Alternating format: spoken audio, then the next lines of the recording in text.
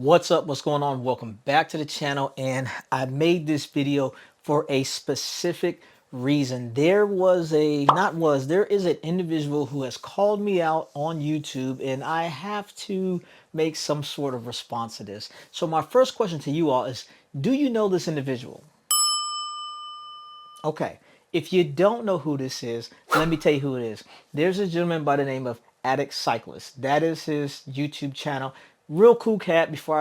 I don't want y'all to think it's like no drama or nothing like that, right? And we've been talking bikes. We ride a lot of the same bikes. We own some of the same bikes, and we have some of the similar riding styles. So we got into this long conversation about tires, right?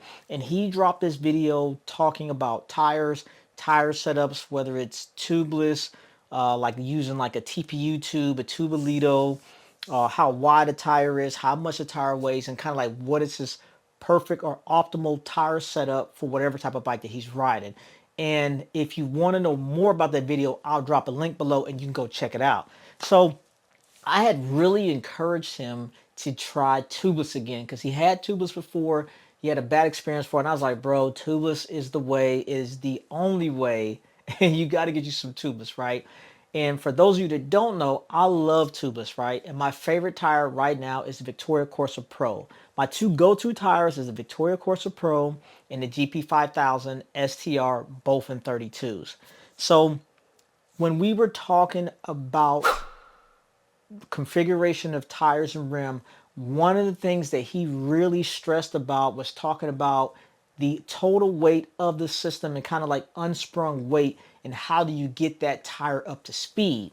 And the whole time I'm talking to him, I'm telling him like, bro, I want the comfort. But he's like, Rob, you're missing a lot of speed, bike feel, and responsiveness by running this big old tire. So him telling me this really got me thinking like, am I really missing something, right? So I'm kind of on this weight weenie journey to get my wheel set down. And listen, hear me when I tell you this. I'm about to lower my wheel set pound, almost a whole pound. I think the total was like 300 and something grams, right? And I'm going to tell you how I did that. So the first thing I was doing, and I'm talking about regarding my Factor Austral Vam. My Factor Austral Vam is already a pretty lightweight bike, and I really want to get that bike like as low weight as I can. If I could get it to the UCI limit, like the 6.8 or even under, that would be super dope. And for those of you that don't know about that 6.8, it converts to 14.99. So if I can get to like the 14 pounds or close to it, that would be really dope. And if I was going to pay some money to lose some weight in a specific area, I would pay to lose the weight in the wheels because I think that's where you're going to feel it the most. So let me tell you about how I got my weight down in my wheel set. So the first thing I was doing was looking for a nice set of wheels, right? Drive Elite has a new wheel out, and it's called the Helix. If you don't know anything about that wheel, look it up. I have the Helix 57D. It's supposed to be here this week. The wheels I was running on my Vam currently were the Bontrager RSL 51s, and I absolutely love that wheel. That's a badass wheel. But this Helix 57D, I should be able to drop, I want to say maybe like 150, 200 grams just from switching the wheels right off the bat. So that was like a really big plus for me. So I got the wheels, right? Talking to Addict Cyclist, he was telling me that I need to go to like a 28 tire. And I really didn't want to go to a 28. Like I rode 28s before, and I'm just like, the smallest tire I would want is like a 30, but I'm really loving the 32s, but I'm thinking about this weight, right? So I asked myself, how much does my tire weigh? Hear me when I tell you this.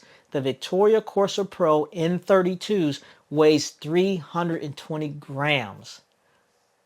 That is a lot. I thought that was a pretty light tire, but it's actually a pretty heavy tire.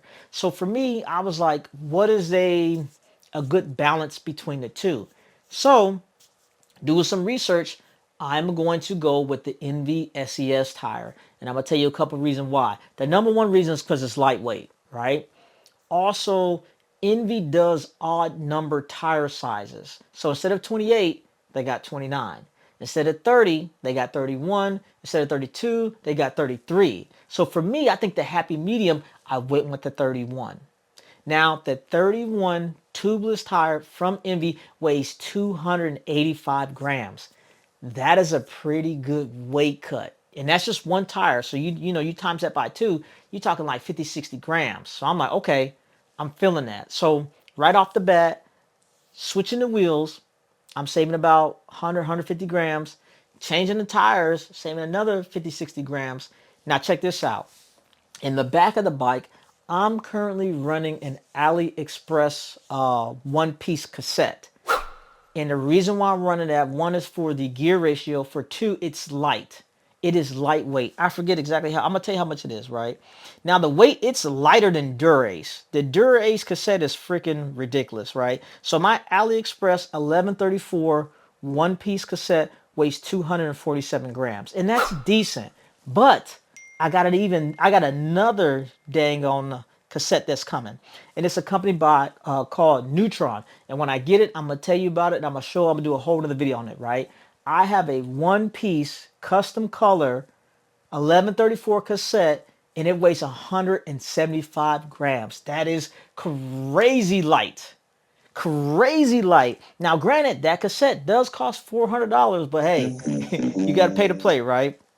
So I'm switching the cassette, changing the tires, and I am getting a new wheel set. Now another piece, right? I got another set. I got some new rotors.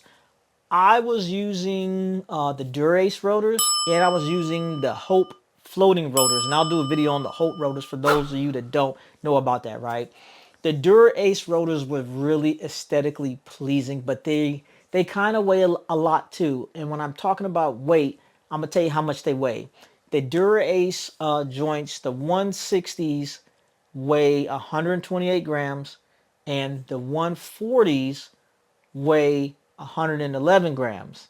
Now, what I'm going to do is I was running a 160 up front and a 140 out back. I'm going to run a 140, 140, right? And I got this new rotor by Galfer, right? The rotor weighs 78 grams a piece. 78 grams a piece, right? So I'm going to give you the breakdown on this, right? Switching over from the cassette, coming from my AliExpress 1134 to my Neutron 1134, saving 72 grams. The rotors, coming from my Dura-Ace 160 and 140, going to a 140, 140 with the Galfer, I'm saving 84 grams. Switching my wheel set, right? Going from my Bontrager RSL 51s to the Drive Elite Helix 57D, I'm going to save about 100 grams. And then switching the tires, going from the Victoria Corsa Pros to the NVSES 31s, I'm saving 70 grams. You add all that up, it's 326 grams. That's like 0.7 pounds. That's almost a whole pound off of the wheel set. Now, once I get all this together, I'm going to see if AddictCyclist if what he's saying was true. Is it going to give me that kind of extra pop I want and that zippy feeling, you know? Now, if I was trying to save 300 grams, right? And let's say I could have got like a dumb lightweight saddle. Would that be worth it to me? I want to say no. And the reason why is because if you got a saddle that works, that saddle's like right up underneath you. I don't think you're really going to notice that much of a difference with the saddle. But then something like the wheels, dude, you're going to notice a difference going from a heavier wheel to a lighter wheel. Every time you turn that crank over and that wheel gets to going, you're going to notice a difference. So I'm really looking forward to this new wheel configuration and seeing how it spins up, man. It's very, very interesting. So, and the question I got for y'all is like, what is the perfect setup for you? Are you running tubeless? Are you running tubelitos? Are you running butyl tubes? Like, I got some people that's like some diehard whatever, kind of whatever works. And I tried a little bit of everything. I had the butyl tubes before. The TPU tubes, I'm just not a fan of. I do not like the ride feel. To me, I kind of feel like I'm riding on plastic. The tubelitos is not for me. Tubeless is the way to go. And if I had to rock a tube, it'd be latex, man. If you never rode latex, man, latex is a dream. Before I went tubeless, I was riding the Corsa Gaffing 2.0s, N32s, and I was running the latex tubes, and it was it was sweet, but it's not sweeter than dang on Tubeless. So, but anyway, like I said, this is just me answering Addict Cyclist kind of calling me out, telling me about this tire setup and kind of like what I'm doing and what's next. And to make this a little more interesting, I'm going to call out my guy, Patrick Lano, man, because if anybody knows wheels and tires and combos and stuff like that, it's him. And he just started riding some Tubeless. And Patty, look, bro, I'm really happy that you got to that Tubeless life, man. But talk about it. What is your perfect tire setup, man? Let us know. That's all I got for you. It's your boy, Mr. Robb Armstrong. I'm out.